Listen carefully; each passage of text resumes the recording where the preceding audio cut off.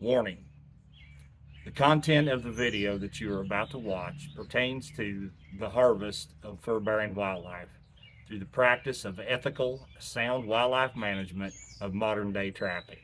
If this bothers you, if it triggers you in any way, shape, or form, please leave this channel now. Hey trappers, Dale Billingsley here, Billingsley Brand Lures. Guys, I don't have a whole heck of a lot for you today, but what I do have for you I feel is very important if you're a beaver trapper. As a lot of you know, I hold the majority of my beaver alive in footholds, and I've gone over this several times, but it never seems to fail. It doesn't matter. Every year I get people watch the videos and they listen to them, but they don't listen to them. You know what I mean? Um, every year I end up getting a picture of a big old number, you know, a Duke 850 or a TS 85 or a 750 with a front foot of a beaver in it, and that's all that's there. So I'm going to kind of go over this again, the traps that I use, the reason that I use them, and how I set them up, and hopefully it'll help somebody a little bit. Um, so let's flip things around here and we'll get started. Stay right here with me. All right, guys. Now, my first trap of choice, and in this order, okay, I like the number 3 Bridger. I like the number 3 number 3 Northwoods, the Herders, the 3s and the 4s, and the Montgomerys in the 3s and the 4s. I like the Duke number 4s. And the reason being is they have what I call a tall jaw, all right? They sit taller at the jaw than they do wider at the base plate, okay? And that's very important. I catch most of my beaver by the front foot, as I said earlier. Beaver have a very nimble wrist joint, all right? If you get a low profile jaw on a trap that sits down way low, what that does, it puts that trap here at that joint instead of up above that joint. You've got to get a trap that sets above the joint, but it can't be a big, heavy, bulky trap, okay? It has to be something light and compact.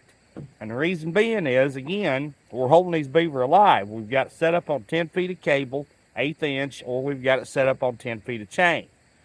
The reason that trap has to be light and compact is because that beaver gets rolling, as he turns and rolls like they do, that big trap will hang up in the mud and the dirt, and it will break that front joint, and he'll twist out and he'll be gone, okay? It's just that simple.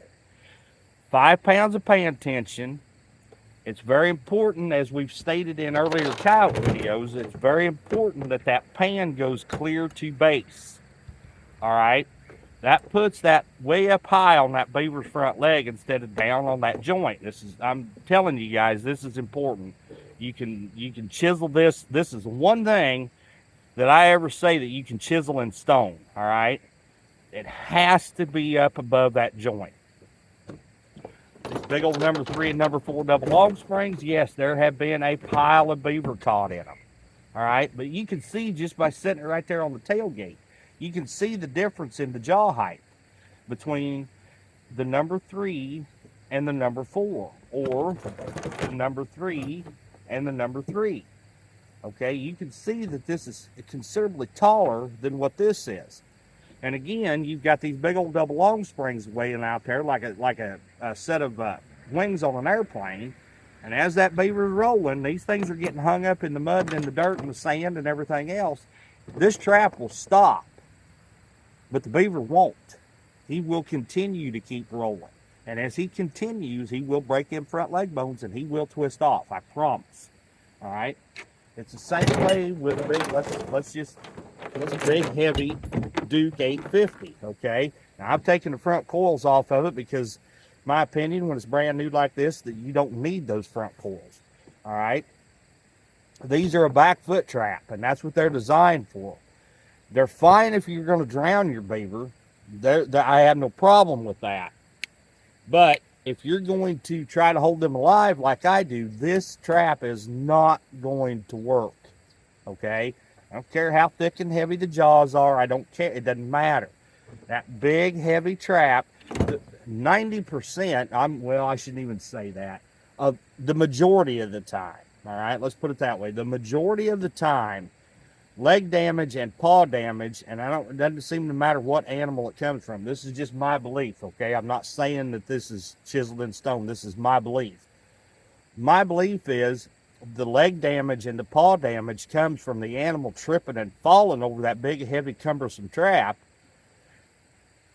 Even these, instead of the trap, more so than the trap. We know they don't whack hard. We know that. These are just basically just a handcuff. All right. So when that beaver or coyote or whatever it is, red fox, it doesn't matter. When he's fighting that trap, trying to get away, he's tripping and falling over this thing. And I think that's where the majority of our damage comes from. And anytime we can eliminate that, or at least cut it down to a nil, we're a whole lot better off. So make sure that if you're trying to use the methods that I use, and no, they're not my methods. These methods have been around for hundreds of years. The mountain men didn't have drowning rods and cables. They didn't stop somewhere along the way at the first outpost and go in and get a dozen fiberglass rods and a dozen of Hags brackets. They had chain and they had traps. That's what they had, okay? They didn't drown their beaver for the most part. They held them alive. All right, so if you're trying to use these methods that I use with long chain and long cable, make sure you're running the right appropriate trap for the animal. Okay, guys, that's what I'm trying to get through. Now, I run all mine on 10 feet. Now, that's not anything that's chiseled in stone. It's not hard, fast rule. Johnny Thorpe caught an amazing amount of beaver in the streams up in the Adirondacks. Okay, so his favorite beaver trap was a number 2 Northwoods or the number 2 Bridger set up on 2 feet of chain. Now, the reason Johnny used that trap was for weight, okay?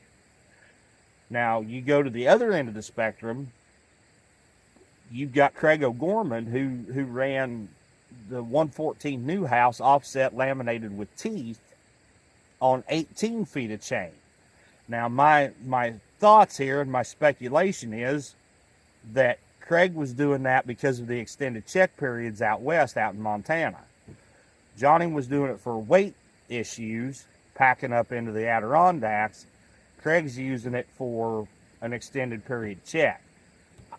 Somewhere between 2 feet and 18 feet is where you want to be. Okay, I just happen to run 10 feet. It's what works for me.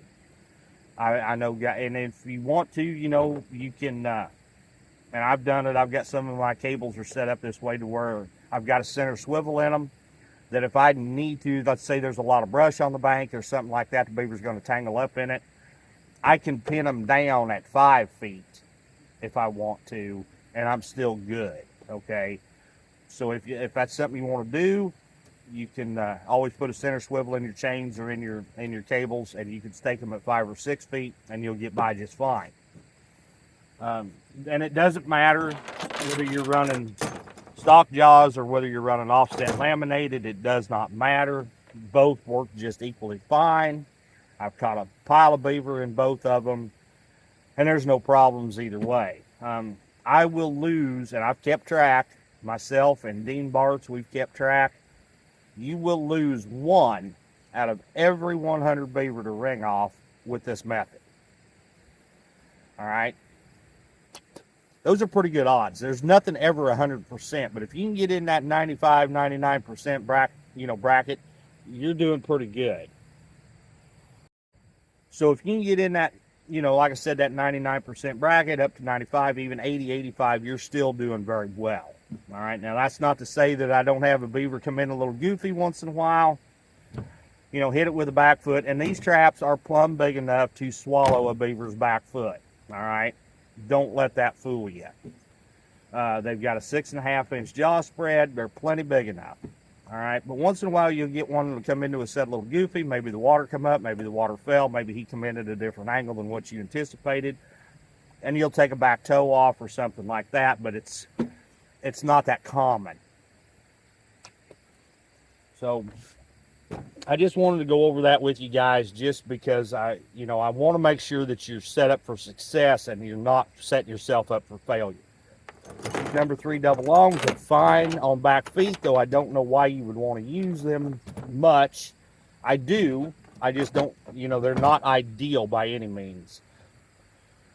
If you measure this number 3 double long from the base plate to the top of the jaws, it is the exact same height as a 1 3/4 Victor. Okay, round jaw, the exact same height. Now some bells and whistles ought to start going off, and some light bulbs should start popping there real soon.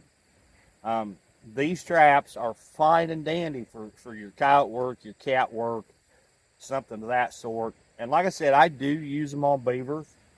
I don't like them. That's why they're the last thing to ever come out of the box. If I absolutely have to use them, I will, but there's other traps to use. I'm sure enough going to use those instead. Anyway, I just don't want to see anybody out here. I'm not trying to set you up for failure. I'm trying to help you. I'm trying to get this through so that you can be successful at this. All right, guys, I hope that helps somebody. We're going to go ahead and end this video here. I hope it's opened some doors for you and opened your eyes a little bit. I do appreciate each and every one of you tuning in to watch. And if you would, please just hit that thumbs up for me. That's all I'm asking. Once again, this is Dale Billingsley with another one. Signing out.